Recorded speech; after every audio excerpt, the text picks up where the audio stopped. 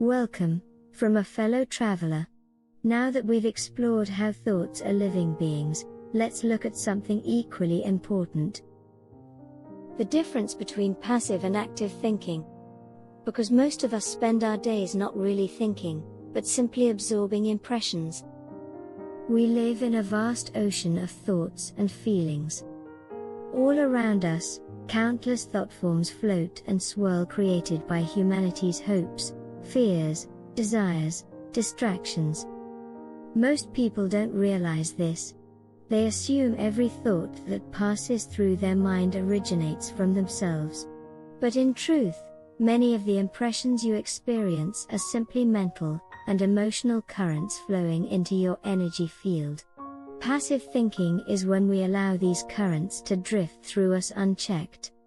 It's when we replay news headlines over and over, get lost in daydreams or worries, or unconsciously echo the opinions of others without really examining them. It's also why so many of us struggle when we first try to meditate. Sit down, close your eyes, and try to focus. Suddenly you see just how scattered the mind can be. Why does this matter?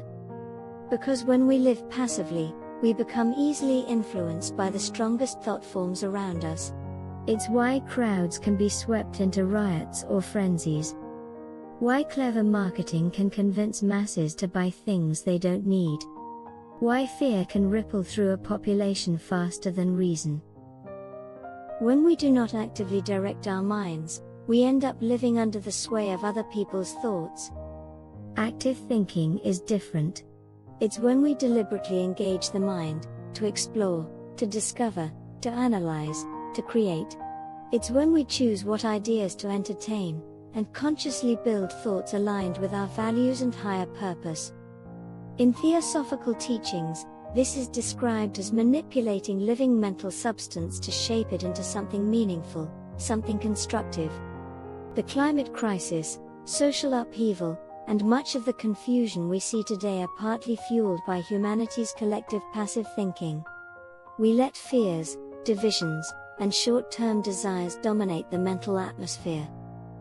If we are to survive, let alone build a new, harmonious world, we must learn to think actively, to form thought forms that serve the common good, sustain them with loving attention, and send them forth as living seeds of a better future. The days ahead will test us in ways we haven't imagined, and we will need deliberate, calm, assertive control of our thoughts and emotions to rise to the challenge. Try this simple practice today. Pause and notice. Where did this thought come from? Is it mine? Does it serve my highest vision? If not, let it drift by. Then consciously plant a new thought, something beautiful, uplifting, or wise. Even one clear, purposeful thought is like a luminous beacon in the sea of scattered impressions. In future episodes, we'll explore how to take this even further, by learning the art and science of deliberately building thought forms that can help transform the world. Thank you for your presence today, and for your beautiful, creative thoughts to help build a new, more balanced and just world for all.